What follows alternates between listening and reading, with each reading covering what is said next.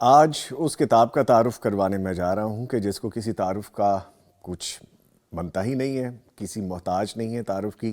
یہ کتابوں کی سردار ہے، لیکن جب تک زندگی رہے گی، جب تک دنیا رہے گی، اس کتاب کے حوالے سے کام ہوتا رہے گا اور بڑھ چڑھ کے نئی تحقیق، نئی چیز سیکھنے کو ملتی رہے گی۔ یہ دیکھیے، خوبصورت ترین کتاب، ماشاءاللہ ماشاءاللہ، دیکھ رہے ہیں آپ اس کو؟ یہ ہے جی قرآن کریم، الحمدللہ، جو میرے ہاتھ میں ہے۔ میرا تو دل کر رہا ہے کہ اس کو دیکھتے رہوں، کتنی خوبصورت اس کا ٹائٹل ہے۔ اور یہ دیکھیں، بیوٹیفل، ماشاءاللہ، a beautiful میسج فرام دارالسلام اور بیوٹیفل ایفرٹ فرام them۔ بڑا خوبصورت، بہت خوبصورت، ماشاءاللہ۔ عام فہم اور آسان ترجمہ قرآن کریم دارالسلام کی ایک منفرد پیشکش ہے۔ بیوٹیفل۔ قرآن مجید کی خدمت کے حوالے سے یہ اردو دان طبقے کے لیے انتہائی نمایاں کاوش قرار دی جاتی ہے۔ دارالسلام کے ڈائریکٹر مولانا عبد المالک مجاہد عرض ناشر میں لکھتے ہیں کہ دارالسلام نے اب تک کم و بیش 1500 سے زائد کتب شائع کی ہیں۔ میرے نزدیک ان میں سے جو سب سے اہم منصوبے ہیں، ان میں آسان فہم اور عام فہم ترجمہ قرآن کریم سر فہرست ہے۔ نو ڈاؤٹ، بالکل۔ اس ترجمہ قرآن میں روایتی، ادبی اور مشکل الفاظ کو بھی آسان بنایا گیا ہے۔ ترجمے کی روانی بھی متاثر نہیں ہوتی۔ کوئی شخص اردو پڑھنا جانتا ہو تو وہ بھی آسانی سے اللہ کے کلام کو سمجھ سکے گا۔ آسان اور عام فہم بنانے کی مثال ایسے سمجھیے کہ سورہ انبیاء کی آیت نمبر 90 میں دارالسلام کا پہلا ترجمہ ایسے تھا: بے شک وہ انبیاء علیہ السلام نیکیوں میں جلدی کرتے اور ہمیں رغبت اور ڈر سے پکارتے تھے، اور وہ ہمارے لیے ہی عجز و انکسار کرنے والے تھے۔ پریویسلی یہ ہوا، اور اب نیا ترجمہ ایسے ہے کہ بے شک وہ انبیاء نیکیوں میں جلدی کرتے تھے اور ہمیں شوق اور ڈر سے پکارتے تھے، اور وہ ہمارے لیے ہی عاجزی کرنے والے تھے۔ اب آپ یہاں نوٹ کیجئے کہ رغبت کو شوق سے اور عجز و انکسار کو عام فہم لفظ سے عاجزی سے بدلا گیا۔ اس سے آپ سمجھ سکتے ہیں کہ کس باریکی سے اس میں تبدیلیاں کر کے اسے بالکل عام فہم بنانے کی کوشش کی گئی ہے، اور فہم قرآن کے لیے کہیں کہیں بریکٹ کا استعمال بھی کیا گیا ہے۔ یقیناً قرآن فہمی کے لیے کاوش ایک قیمتی اثاثہ ثابت ہوگی۔ جس طرح یہ آپ باہر سے دیکھ رہے ہیں کہ اتنی اٹریکٹیو ہے، آپ یہ دیکھیے اندر سے جو آپ ساتھ ویڈیو چل رہی ہے اس میں بھی دیکھ رہے ہیں، سیم ایسے ہی ہے۔ یہ اسی کتاب کا عکس ہے جو آپ ویڈیو میں دیکھ رہے ہیں۔ بہت خوبصورت، ماشاءاللہ، بہترین کاوش ہے۔ آج کی کتاب، جو کہ کتابوں کی سردار، ایک خوبصورت کاوش دارالسلام کی جانب سے۔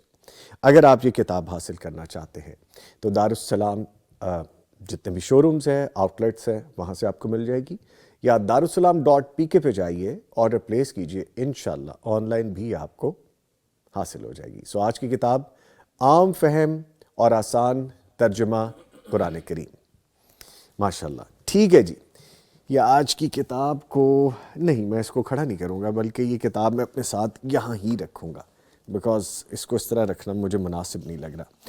نہیں جی، اس خوبصورت کتاب کو آپ کے سامنے رکھنے کے بعد، تعارف کروانے کے بعد، میں نے ایک ایسی شخصیت کا بھی تعارف کروانا ہے کہ جب بھی وہ ہمارے سیٹ پہ آتے ہیں، ہمارا کیا، انہی کا سیٹ ہے، انہی کا چینل ہے، پیغام ٹی وی سے محبت کرنے والے ہیں، دین سے محبت کرنے والے ہیں، اسلامک اسکالر ہیں، آتے ہیں تو بہت کچھ سکھا کے جاتے ہیں۔ سیکھے گا آج بھی، گفتگو میں بہت زیادہ ایسی چیزیں ہوتی ہیں کہ جو ہماری زندگیوں میں کام آتی ہیں۔ قاری شفیق الرحمان الوی صاحب ہمارے ساتھ موجود ہیں۔ قاری صاحب السلام علیکم۔ جی وعلیکم السلام ورحمۃ اللہ۔ کیسے ہیں آپ؟ خیریت سے ہیں؟ الحمدللہ، آپ سنائیں؟ الحمدللہ، آپ کی دعا ہے۔ جزاک اللہ، جزاک اللہ۔ اچھا سر، ہم نے چونکہ بات کرنی ہے بیماری کے حوالے سے، جس میں مسلمان کا رویہ کیا ہونا چاہیے، قرآن و سنت کے حوالے سے ہمیں کیا سبق ملتا ہے، تو آغاز یہاں سے کرتے ہیں کہ جب مسلمان پر بیماری یا تکلیف آتی ہے تو پہلا خیال یہ آتا ہے کہ شاید کسی گناہ کی سزا ہے، یا ہر بیماری جو ہے، ہر بیماری، اکثر لوگ کہہ دیتے ہیں جو بیمار ہے اس کو اور اذیت دے دیتے ہیں کہ اللہ کا عذاب آ گیا اس پہ۔ دوسری طرف یہ اللہ اپنے پیارے بندوں کو کسی خاص مقصد یا درجات کی بلندی کے لیے بستر پہ، کبھی علالت جب زیادہ ہو جائے تو لوگ لیٹ جاتے ہیں۔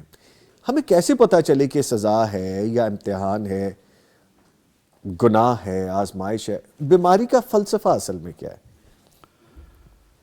بسم اللہ الرحمن الرحیم۔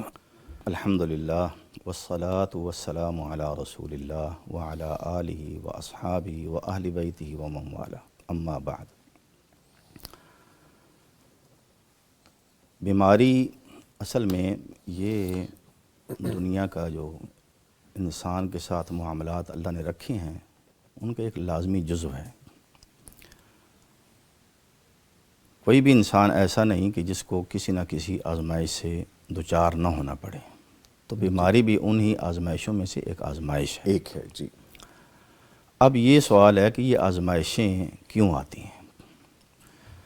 قرآن مجید فرقان حمید نے تو ہمیں یہ بتایا ہے کہ ما اصاب من مصیبت فی الارض ولا فی انفسکم الا فی کتاب من قبل ان نبرأها۔ تمہیں جو بھی کوئی مصیبت آتی ہے زمین میں، تمہارے یعنی عام معاشرے میں یا اپنی جانوں میں، تو وہ ہم نے اس بیماری کو، اس مصیبت کو لکھنے سے پہلے، پیدا کرنے سے پہلے اپنے لوح محفوظ میں لکھ دیا تھا۔ اچھا، تو یہ گویا اللہ تعالیٰ کی تقدیر کا حصہ ہے، اللہ کی تقدیر میں شامل ہے۔ تو بیماری حقیقت میں وہ چاہے کسی انسان کے گناہ کی بنا پہ آئے، جی چاہے گناہ کی بنا پہ نہ آئے، آزمائش بہرحال ہے۔ آزمائش اس طرح ہے کہ اللہ تعالیٰ گناہ گار کو آزماتے ہیں، اس بیماری کے ذریعے جھنجھوڑتے ہیں تاکہ وہ انسان اللہ کی قدرت کو سمجھے اور اپنی عاجزی کا اسے احساس ہو، ٹھیک، اور وہ اپنا محاسبہ کر کے اپنے اللہ کے قریب ہوں۔ تو کتنے ہی ایسے لوگ ہوتے ہیں گناہ گار کہ جب وہ کسی بیماری کا شکار ہوتے ہیں تو وہ اس بیماری میں مبتلا ہو کہ فوراً اپنا محاسبہ شروع کر دیتے ہیں، اور حتیٰ کہ وہ اس حد تک اس معاملے میں وہ خوش قسمت واقع ہوتے ہیں کہ وہ گویا اللہ کا شکر ادا کرتے ہیں کہ یہ بیماری آئی تو مجھے اپنی کئی غلطیاں نظر آئیں اور میں نے اللہ تعالیٰ سے توبہ کر لی۔ تو اس لیے ایک گنہگار انسان کے لیے بیماری رحمت بن گئی۔ تو اگر ایک انسان بیماری کو اس سوچ سے نہیں لیتا جی بلکہ وہ اس کو یعنی اللہ کے اوپر گلے شکوے کے طور پہ لیتا ہے، تو یہ اس کے لیے مزید عذاب کے اوپر عذاب بنا کہ دنیا میں بھی ایک عذاب کی شکل میں رہا، اور جب اللہ کے اس فیصلے کو اس نے قبول نہیں کیا، اللہ کی تقدیر پہ راضی نہیں ہوا، تو وہ مجرموں میں شامل ہو گیا، اس کا جرم اور بڑھ گیا۔ لیکن ہر بیماری ہر انسان کے لیے وہ اس کی گناہ کی سزا نہیں ہوتی۔ جیسے نبی صلی اللہ علیہ وآلہ وسلم سے پوچھا گیا کہ ابتلاء اور آزمائشیں سب سے زیادہ کن لوگوں پہ آتی ہیں؟ فرمایا انبیاء پہ آتی ہیں۔ فرمایا ان کے بعد، فرمایا جو ان کے زیادہ قریب ہوتے ہیں، جو ان کو زیادہ اپناتے ہیں، فالو کرتے ہیں، پھر اس کے مطابق، اور پھر آپ نے فرمایا کہ ہر انسان کو اس کے دین کے حیثیت کے مطابق اس کے اوپر بیماری یا آزمائش آتی ہے۔ یہ بھی اللہ کی رحمت ہے کہ ایک انسان کا دین کے معاملے میں جتنا سخت ہوگا نا، اللہ اس کو اتنا اس لیے آزمائیں گے کہ اللہ دیکھتے ہیں کہ یہ واقعی ثابت قدم ہے تو اس کے اجر درجے بلند ہو جائیں گے، جیسے انبیاء کے ہوتے ہیں۔ اور اس معاملے میں گویا پھر ہمیں یہ سبق ملا کہ بیماری وہ گناہ کی وجہ سے بھی آتی ہے، جیسے قرآن میں وما اصابکم من مصیبت فبما کسبت ایدیکم ویعفو عن کثیر، تمہیں جو بھی کوئی مصیبت آتی ہے تو وہ تمہارے اپنے ہی کسی کیے ہوئے گناہ کی بنا پہ آتی ہے، اور اللہ بے شمار گناہ کو معاف کر دیتے ہیں۔ تو گویا اللہ نے یہ کہا ہے کہ اگر کوئی پریشانی مصیبت آئے بیماری کی شکل میں یا کسی شکل میں، تو اپنے گناہوں کا اپنا محاسبہ کرو اور گناہوں سے معافی مانگو۔ دوسرا یہ ہے کہ اگر ایک انسان مثال کے طور پہ اس کو بیماری آئی ہے تو وہ اس کو اللہ کا فیصلہ سمجھتے ہوئے برضا و رغبت اپنے لیے قبول کرے۔ ہاں، اس سے نکلنے کے لیے، اس سے نجات کے لیے وہ اللہ سے عافیت بھی مانگے اور اللہ سے شفا بھی مانگے، اور جو ظاہری اسباب ہیں ان کو بھی اختیار کریں۔ ٹھیک ہے، اچھا اسی چیز کو تھوڑا سا ہم آگے لے چلے۔ جب بیماری آتی ہے اور اکثر ہی ہوتا ہے کہ کہا جاتا ہے صبر کرو، درد کا اظہار نہ کرو، اور کیا درد سے کرانا یا ڈاکٹر کو اپنی وہ تکلیف اس طرح سے بیان کرنا کہ برداشت نہیں ہو رہی شکوے کے زمرے میں آ جاتا ہے، کہیں اس کو کہہ سکتے ہیں، یا پھر یہ ہے کہ وہ کون سی آہ ہے جس پہ پکڑ ہو سکتی ہے؟ جی دیکھیں، یہ بعض اوقات تو بات ہوئی ہے کہ یہ ایک انسان کی اصل دل کی سوچ کا حساب، وہ تو اللہ جانتے ہیں کہ ایک انسان اگر زبان سے شکوہ نہیں بھی کرتا لیکن دل کے اندر یہ ہے کہ اللہ نے مجھے کیوں بیمار کیا، اظہار نہیں بھی کرتا، تو وہ گویا اللہ کو ناراض کر رہا ہے۔ اور ایک انسان اگر ایک سخت تکلیف میں ہے تو بے ساختہ اس کی آہ نکلتی ہے، یا جہاں اس کو درد ہے وہ ہائے میرا سر پھٹا جا رہا ہے، قطعاً یہ نہیں کہ اس کے دل میں یہ ہے کہ کیوں درد ہوا یا یہ ہے، ایک انسان ہونے کے ناطے درد کی شدت کی بنا پہ اس کی زبان سے یہ نکلتا ہے تو یہ شکوے میں نہیں آتا. اسی طرح بیمار جب کوئی ڈاکٹر بالخصوص سے کوئی طبیب معالج اس سے پوچھتا ہے یا کوئی اس کا رشتہ دار پوچھتا ہے تاکہ اسے پتہ چلے کہ اس کو کیا معاملہ ہے، پھر اس کے مطابق اس کا کوئی علاج کیا جائے، تو وہ اظہار کرنا، اس وقت آپ نے تکلیف بتانا، یہ بھی شکوے میں نہیں ہے بلکہ یہ عین جائز ہے.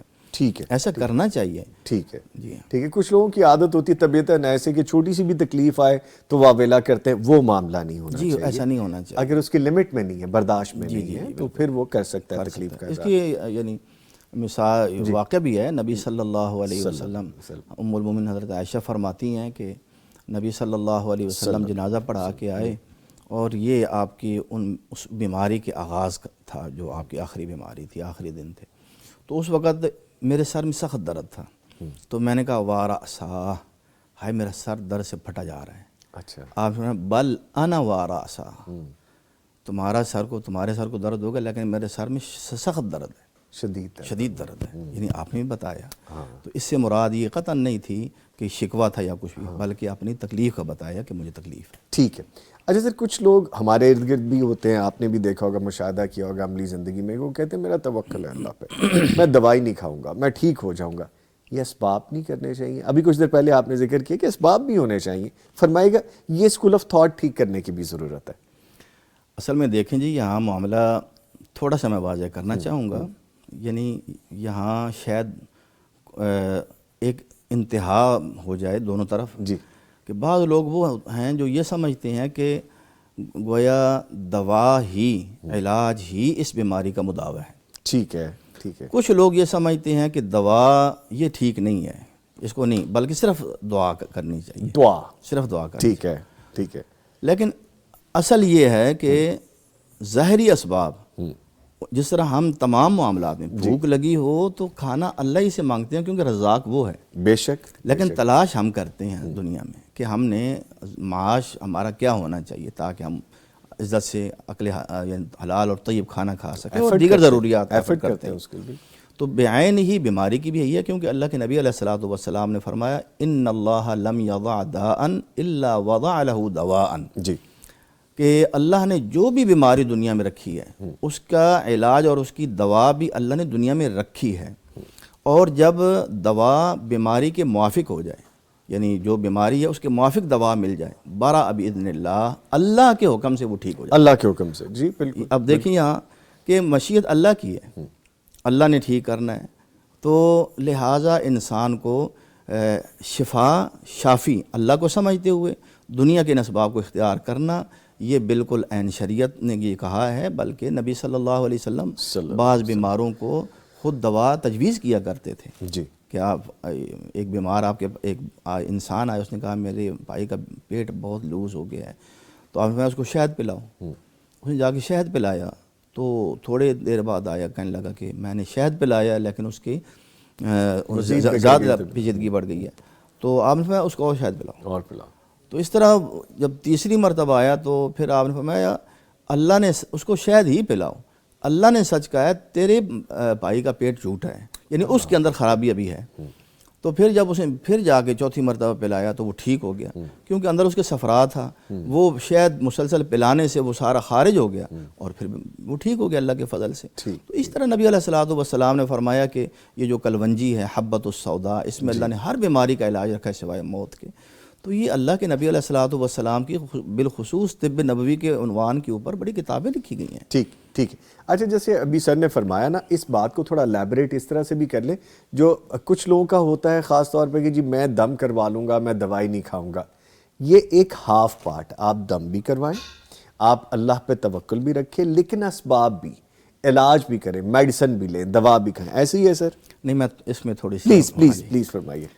یہ بات بالکل ایسی ہی ہے، لیکن ایک انسان جب یہ سمجھتا ہے کہ اللہ آپ کا بھلا کرے، شفا تو اللہ نے دینی ہے، اب ہم نے یہ دیکھنا ہے کہ جو علاج ہے اس کی کیا ایک ہی شکل ہے دوا یا دعا بھی شکل ہے.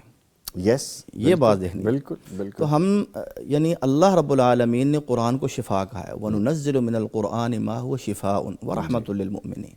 تو قرآن کو اللہ نے شفا کہا ہے. تو قرآن مجید میں بالخصوص سورہ فاتحہ فرمایا ہر بیماری کے لیے شفا ہے، شفا ہے۔ نبی صلی اللہ علیہ وسلم نے لوگوں کو یعنی دوا وغیرہ بھی بتائی، لیکن اماں جی عائشہ صدیقہ رضی اللہ عنہ فرماتی ہیں کہ نبی صلی اللہ علیہ وسلم جب بھی بیمار ہوتے تھے تو آپ سورہ اخلاص اور معوذتین یعنی آخری جو دو صورتیں قل اعوذ برب الفلق قل اعوذ برب الناس، ان کے ذریعے آپ نے آپ کو دم کیا کرتے تھے۔ جی، یعنی دوا کا وہاں ذکر نہیں ہے، آپ اپنے آپ کو دم کیا کرتے تھے۔ یعنی اس ایمان اور یقین کے ساتھ ایک انسان اپنے آپ کو اللہ کے کلام سے جو ہے وہ دم کرے کہ اللہ نے اس کلام کے ذریعے مجھے شفا دینی ہے، تو قرآن مجید بھی، اللہ کا کلام بھی، یا دعا بھی، یہ بھی بذات خود انسان کے لیے شفا کا ذریعہ ہے، بہت بڑا اہم ذریعہ ہے۔ بالکل ٹھیک۔ بلکہ امام ابن القیم رحمۃ اللہ علیہ فرماتے ہیں کہ یہ جو قرآن میں ہے وقال الرسول یا رب ان قوم اتخذوا هذا القرآن مہجورا، کہ قیامت کے دن اللہ کے رسول اپنے رب کے سامنے یہ گلہ کریں گے کہ اے میرے رب، میری قوم نے اس قرآن کو چھوڑ دیا تھا۔ تو حجر چھوڑنا تو ایک تو یہ کہ اس کی تلاوت چھوڑ دے، اس سے توجہ ہٹا لے اور اس کو سمجھے نہیں، اس پہ عمل نہ کرے، اس کے خلاف چلے، یہ تو بہت یعنی خوفناک راستہ ہے نا۔ تو وہ کہتے ہیں کہ قرآن کو چھوڑنے کی ایک شکل یہ بھی ہے کہ ہم قرآن کے ذریعے شفا یابی چھوڑ دیں، شفا حاصل کرنا چھوڑ دیں۔ ٹھیک ہے۔ تو لہٰذا جو انسان اس ایمان اور یقین کے ساتھ قرآن مجید کی یہ آیات مخصوص یا قرآن کی اوورال اس نیت سے تلاوت کرتا ہے کہ اللہ اس کی برکت سے مجھے شفا دے، تو اللہ دے دیتے ہیں۔ لیکن اس کا یہ مطلب نہیں کہ وہ یہ کہے کہ یہ غلط کر رہے ہیں یا وہ کہیں کہ یہ غلط کر رہے ہیں۔ نہیں، یہ تو لاجک نہیں، آپ بچا فرما رہے ہیں۔ اچھا سر، کچھ لوگوں کو ہم دیکھتے ہیں کہ بیماری جب طوالت پکڑ جاتی ہے، لمبی ہو جاتی ہے، موذی ہو جاتی ہے، یا جلد شفا نہیں ہو رہی ہوتی، صحت یابی نہیں ہوتی، لوگ مایوس ہو جاتے ہیں اور مرنے کی دعا مانگنے لگتے ہیں کہ اس سے تو بہتر ہے کہ موت آ جائے۔ یہ رویہ کیسے؟ اللہ کریم سے ہم عافیت مانگتے ہیں اور ایسی بیماریوں سے ہم پناہ مانگتے ہیں، لیکن یہ ہے کہ دیکھیں اللہ مالک الملک اپنے بندوں پہ بے حد مہربان ہے۔ اگر اللہ کے فیصلے کے مطابق، اس کی قضاء و قدر کے مطابق ایک انسان کو اللہ نے لمبا عرصہ بیمار رکھنے کا فیصلہ کیا ہے، تو بندہ کون ہوتا ہے کہ وہ اس فیصلے کے بارے میں اپنے بارے میں خود فیصلہ کرنا شروع کر دے؟ اس کا کام یہی ہے کہ وہ اللہ سے عافیت کا مسلسل طالب رہے، علاج جو بھی اس کے لیے اسباب ہیں وہ ان کو اختیار کرے، اور اللہ تعالیٰ سے خیر کی، رحمت کی امید رکھے، مایوس نہ ہو۔ ٹھیک ہے، کیونکہ بیماری یا تو جب وہ یہ سمجھے گا کہ اللہ اس کے ذریعے میرے گناہ معاف فرما رہے ہیں اور اللہ کریم میں اس کی رضا چاہتا ہوں، تو یقیناً اس کی یہ بیماری اس کے لیے گناہوں کی مغفرت کا سبب بن رہی ہے۔ جب گناہ بخشے گیا تو اب درجے بلند ہونا شروع ہو گئے۔ اور ایک حدیث میں یہاں تک آتا ہے کہ نبی علیہ الصلوۃ والسلام نے فرمایا کہ بیماری بعض اوقات کسی مومن مرد یا عورت کا اس طرح پیچھا کرتی رہتی ہے، اس کو نہیں چھوڑتی، کبھی کسی شکل میں، کبھی کسی شکل میں، وہ بیماری کے اندر یا کسی آزمائش کے اندر وہ گھرا رہتا ہے، مبتلا ہی رہتا ہے، حتیٰ کہ وہ زمین پہ اس طرح چل رہا ہوتا ہے۔ یہ وہ خوش قسمت مسلمان ہے جو اپنے اللہ کے فیصلے پر راضی ہے، اسباب بھی کر رہا ہے، دعائیں بھی کر رہا ہے، لیکن وہ اکتا نہیں رہا، وہ یہ نہیں کہہ رہا کہ اللہ کیوں نہیں ایسا کر رہے، تو وہ اس طرح زمین پہ چل رہا ہوتا ہے کہ اس کے اوپر کوئی گناہ نہیں ہوتا، اس کے نامہ اعمال میں کوئی گناہ نہیں ہوتا۔ ایک حدیث اس طرح ہے کہ نبی صلی اللہ علیہ وسلم نے فرمایا کہ اللہ مالک الملک بعض اوقات اللہ نے اپنے بندے کے لیے جنت میں بہت بلند درجے کا فیصلہ کیا ہوتا ہے کہ میں نے اپنے بندے کو اس مرتبے پہ، اس جنت کے رتبے میں پہنچانا ہے، اس مرتبے میں، لیکن اس کے عمل اس کے مطابق نہیں ہوتے، تو اللہ اس کو آزمائش میں ڈال دیتے ہیں۔ اب جب وہ آزمائش میں ڈل جاتا ہے تو وہ اس کے اوپر صبر کرتا ہے، تو صبر کا اجر بہت بڑا ہے، تو اس صبر کی برکت سے اللہ اس کو جنت میں وہ رتبہ عطا فرماتے ہیں۔ اور ایک حدیث میں یہاں تک آتا ہے کہ جو انسان دنیا میں عام عافیت میں رہتے ہیں ان کو کوئی تکلیف نہیں ہوتی، جب قیامت کے دن وہ ان خوش نصیب مسلمانوں کو دیکھیں گے جن کو ان کے دنیا کے مصائب، آلام، بیماریوں کا اجل مل رہا ہے، تو وہ یہ تمنا کریں گے کاش کہ دنیا میں ہمارے گوشت کینچیوں سے کاٹ دیے جاتے اور آج ہم اس کا ثواب حاصل۔ اللہ اکبر، اللہ اکبر، لوگ خواہش کریں گے کہ ہم وہاں پہ تکلیف کا ثواب ہے۔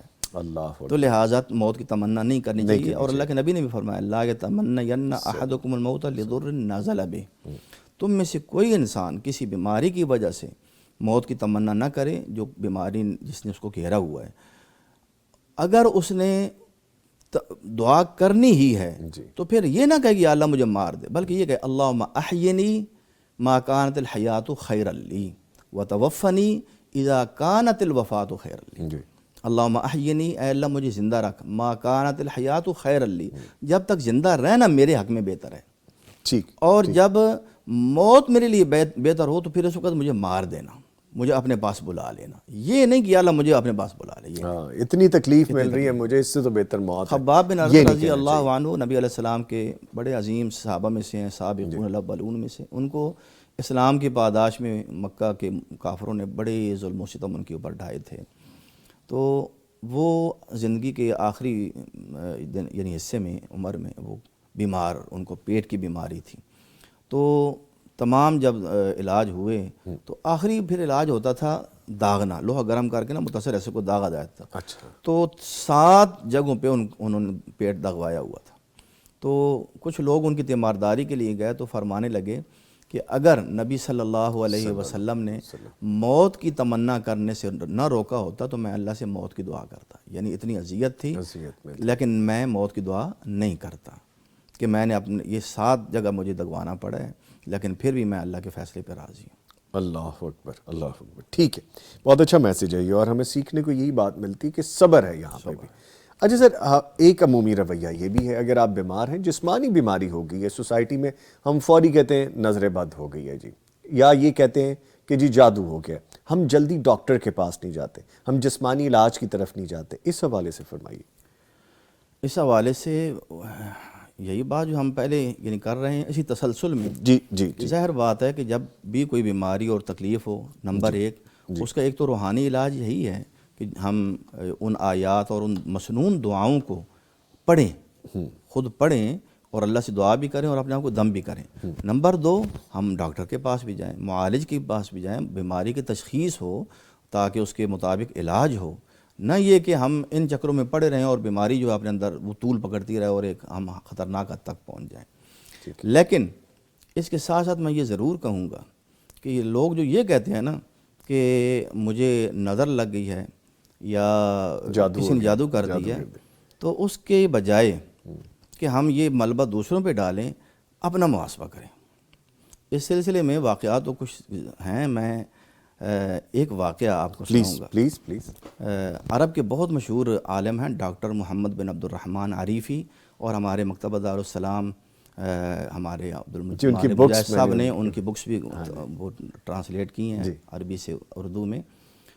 تو ان کی ایک کتاب ہے جس میں وہ یعنی ایک بہت بڑے داعی بھی ہیں، اور وہ لوگوں کے عمومی جو ہے نا وہ ان کے ہر طبقے میں جانا ان کا، اور ہر قسم کے لوگوں کو مشاہدہ زیادہ ان کا. ہاں مشاہدہ. تو وہ اپنا ایک مشاہدہ یہ بتانے لگے کہ میں ایک ایسے عالم سے، ایک نیک بندے سے واقف ہوں، میں ان کو ذاتی طور پہ جانتا ہوں کہ اکثر لوگ ان سے دم کروانے آتے ہیں. جی. تو جب وہ دم کرتے ہیں تو اللہ شفا دے دیتے ہیں. اچھا. تو میں نے دیکھا کہ ایک بندہ ان کے پاس آیا، بڑا صاحب حیثیت تھا، مالدار تھا. تو اس کے بائیں بازو پہ بہت سخت درد تھا، اور وہ کہنے لگا کہ حضرت میں آپ کے پاس آیا ہوں، میں نے ہر طرح کے ٹیسٹ کروا لیے ہیں، کوئی بیماری نہیں ہے، ڈاکٹر کہتے ہیں کچھ بھی نہیں ہے آپ کو. اچھا. لیکن درد ہے، نہ دن کو مجھے سکون ملتا ہے نہ رات کو چین ملتا ہے. اچھا. تو مجھے کسی نے بتایا کہ آپ دم کرتے ہیں تو مجھے بھی دم کر دیں. تو کہتے ہیں کہ انہوں نے سورہ فاتحہ پڑھی، آیت الکرسی پڑھی، آخری 3 قل پڑھے، اس کو دم کر دیا، وہ چلا گیا. لیکن اس کو فرق نہیں پڑا، چلا گیا. کچھ دنوں کے بعد پھر آیا، کہنے لگا کہ مجھے آرام نہیں آیا اور مزید تکلیف بڑھ گئی ہے، تو آپ مجھے دم کر دیں. انہوں نے دوبارہ دم کر دیا. تیسری مرتبہ پھر آیا جی. پھر اس نے یہی کہا کہ بہت تکلیف میں ہوں اور ہر طرح کی دوائیاں استعمال کر لی ہیں لیکن اذیت ہے، بڑھ رہی ہے. یہ ہمیں سوچنا چاہیے اپنے رویوں پہ. ساتھ اس نے یہ کہا کہ شاید کسی نے یا تو مجھے نظر لگ گئی ہے کیونکہ میرا کاروبار بہت ہے، میرا بنگلہ بہت عالی شان ہے، یا کسی نے میرے اوپر جادو کر دیا. یہ اس کے لفظ تھے. ٹھیک ہے. انہوں نے کہا کہ ٹھیک ہے، لیکن میں تمہیں ایک بات کہنا چاہتا ہوں کہ آپ اپنی زندگی پہ غور کریں، سابقہ زندگی پہ. شاید آپ سے کسی کے ساتھ زیادتی ہوئی ہو، کوئی آپ کے ہاتھوں کوئی مظلوم بندہ، کوئی بے بس بندہ آپ کے ہاتھوں کوئی ظلم کا شکار ہوا ہو، تکلیف پہنچی ہو کسی کو. تو اگر ایسی کیفیت ہے تو پھر آپ اس سے جا کے معافی مانگیں، اور اگر اس کا حق ہے تو اس کو دیں. اس نے وہاں جذبات میں آ کے یہ کہہ دیا کہ نہیں نہیں میں ایسا بندہ نہیں ہوں، میں نے کبھی کسی کا حق نہیں مارا، جو پھر فور ہمارا ریئیکشن ہوتا ہے نا معاشرے میں یہی ہوتا ہے، وہ چاہے عرب میں ہوں چاہے ہم عجم میں ہوں، نہیں نہیں ہم بالکل ٹھیک ہے، ہمارا میں تو دامن ایسا صاف ہوں ہے، ہی نہیں بالکل بالکل۔ وہ چلا گیا، اس کے بعد وہ کہتے ہیں کہ نہیں آیا۔ میرے دل میں بھی تھا کہ چلو میں نے اس کو غلط بات تو نہیں نہ کہی، صحیح بات کہی ہے، میں مطمئن تھا۔ کچھ عرصہ گزرا تو میں کہیں جا رہا تھا تو راستے میں وہ مجھے نظر آیا، اور اس کی نظر جو ہی میرے اوپر پڑی تو وہ بھاگتا ہوا میرے ساتھ آ کے لپٹ گیا۔ اچھا۔ میں نے کہا خیر ہے؟ کہنے لگا میں الحمدللہ ٹھیک ہو گیا ہوں۔ میں نے کہا کیسے ٹھیک ہو گیا ہوں؟ کہنے لگا اصل میں اپنا ایک محل بنوا رہا تھا، تو اس محل کے ساتھ ایک خالی زمین تھی، تو میں اس کو اپنے محل میں شامل کرنا چاہتا تھا۔ اب جب میں نے پتہ کیا تو وہ ایک بیوہ کی زمین تھی اور اس کے یتیم بچے تھے۔ میں نے اسے کہا کہ یہ زمین بیچ دو۔ اس نے کہا کہ یہ یتیم بچوں کی امانت ہے، میں بیچ دوں گی تو پیسے ضائع ہو جائیں گے، یہ پڑی رہے ان کے کام آئے گی۔ اس نے میرے اوپر بڑا دباؤ، یعنی میں نے اس کے اوپر بڑا دباؤ ڈالا، لیکن وہ انکار کرتی رہی۔ بالآخر میں نے پھر اپنے ذرائع اختیار کیے۔ اچھا۔ تو میں نے پوچھا بھائی تمہارے کیا ذرائع تھے؟ کہنے لگا ہمارے ذرائع ہوتے ہیں نا، پھر ہاتھ لمبے ہوتے ہیں۔ تو میں نے پھر قانونی طور پہ سب کچھ کر لیا۔ اچھا۔ وہ عورت جب آتی، میرا محل تعمیر ہو رہا تھا، وہ آ کے وہ معماروں کو بھی کہتی، مزدوروں کو بھی، تم ظلم کر رہے ہو، رک جاؤ۔ وہ ہنستے تھے آگے سے، یہ پاگل ہے۔ پھر وہ روتی تھی، میں اس کو دیکھتا تھا روتا ہوا، اور ہاتھ ایسے آسمان کی طرف اٹھاتی تھی، اللہ سے فریاد کرتے ایسے اٹھاتی تھی۔ اللہ اکبر۔ یہ تو آپ کو پتہ ہے کہ اللہ کے نبی نے فرمایا اتق دعوت المظلوم فإنه ليس بينها وبين الله حجاب۔ مظلوم کی بد دعا سے حضرت معاذ کو آپ نے فرمایا تھا جب ان کو یمن کا گورنر بنا کے بھیجا تھا کہ مظلوم کی بد دعا سے بچنا، کیوں کہ اس کی بد دعا اور اللہ کے درمیان کوئی حجاب نہیں ہوتا، نہ بادل آڑے آتے ہیں، نہ آسمانوں کی کثافتیں آڑی آتے ہیں، وہ سیدھی اللہ کے پاس چلی جاتی ہے ڈائریکٹ جاتے ڈائریکٹ۔ اور اللہ کہتے ہیں میں تمہاری مدد کروں گا چاہے کچھ وقت کے بعد کروں۔ اللہ اکبر۔ تو ایسا ہی ہوا کہ اس کے بعد پھر میری یہ کنڈیشن ہوئی۔ تکلیف اب میں نے جب وہ سوچا تو مجھے وہ اس عورت کا معاملہ یاد آیا، میں نے اس کو تلاش کیا، وہ مجھے مل گئی۔ میں اس کے بعد پاس گیا، میں گڑ گڑایا اس کے پاس، میں گھٹنوں کے بل بیٹھ کے اس سے میں نے معافی مانگی، روتا رہا۔ میں نے کہا مجھے اللہ کے لیے معاف کر دو، اور زمین جتنا چاہتی ہے اس کے عوض لے لو۔ تو جب تک وہ راضی نہیں ہوئی، اپنا حق اس نے نہیں لیا، اس وقت تک میں نے اس سے التجائیں کرتا رہا، حتیٰ کہ اس نے پھر میرے لیے ہاتھ اٹھائے۔ کہنے لگا کہ اللہ کی قسم شیخ کہ اس کے ہاتھ ابھی نیچے نہیں تھے ہوئے کہ میری درد ختم ہو گئی۔ سبحان۔ میں اپنے ناظرین کو یہ ضرور پیغام دینا چاہوں گا کہ ہم جادو وغیرہ کی طرف تو چلے جاتے ہیں، لیکن اللہ آپ کا بھلا کرے، معاملات یہ بھی ہوتے ہیں اور اکثر یہ ہوتے ہیں۔ Beautiful message. اس سارے معاملے میں ہمارے لیے سبق یہ ہے کہ ہم فوری طور پہ سوچتے ہیں سوسائٹی میں کہ مجھے تو جادو کر دیا کسی نے اور یہ نظر لگ گئی، لیکن آپ یہ دیکھیں کہ کہیں کسی سے زیادتی تو نہیں میں کر بیٹھا، کسی کا حق تو نہیں مار لیا، کسی کا دل تو نہیں دکھا دیا۔ یہ بڑی اہم بات ہے۔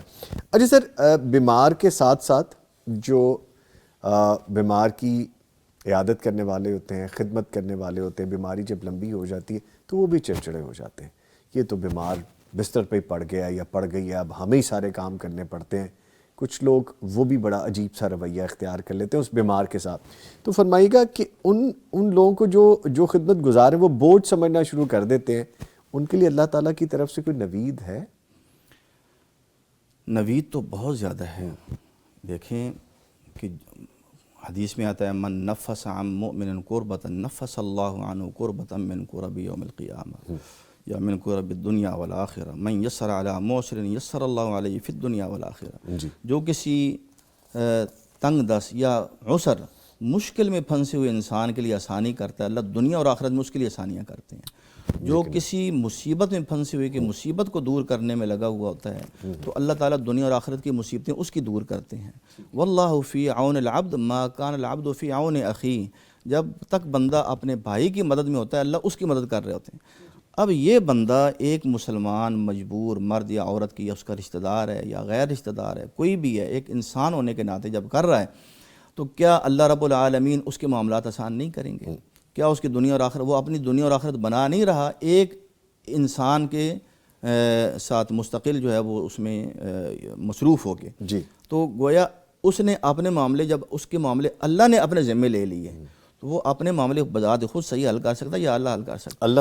اللہ تعالیٰ یقیناً۔ اور اجر الگ ہے، اجر الگ ہے۔ تو اس میں ایک میسج بھی ہے، مثال طور پہ ہمارے بالخصوص جو ہسپتالوں کے عملہ ہوتا ہے، نرسنگ کیئر کرنے والے ڈاکٹر، وہ یہ ان کے لیے میسیج ہے کہ تیمارداری کسی کی کرنا، کسی کی تیمارداری کے لیے جانا. اللہ کے نبی نے فرمایا کہ جو انسان صبح کسی بیمار کی تیمارداری کرتا ہے، شام تک 70,000 فرشتے اس کے لیے اللہ تعالیٰ کے سے دعائیں مغفرت کرتے ہیں، اس کے لیے رحمت کی دعائیں کرتے ہیں. اور جب شام کو تیمارداری کے لیے اللہ کی رضا کے لیے جاتا ہے تو صبح تک اس کے لیے 70,000 فرشتے دعائیں کر رہے ہوتے ہیں، اور وہ جنت کے باغ میں ہوتا ہے.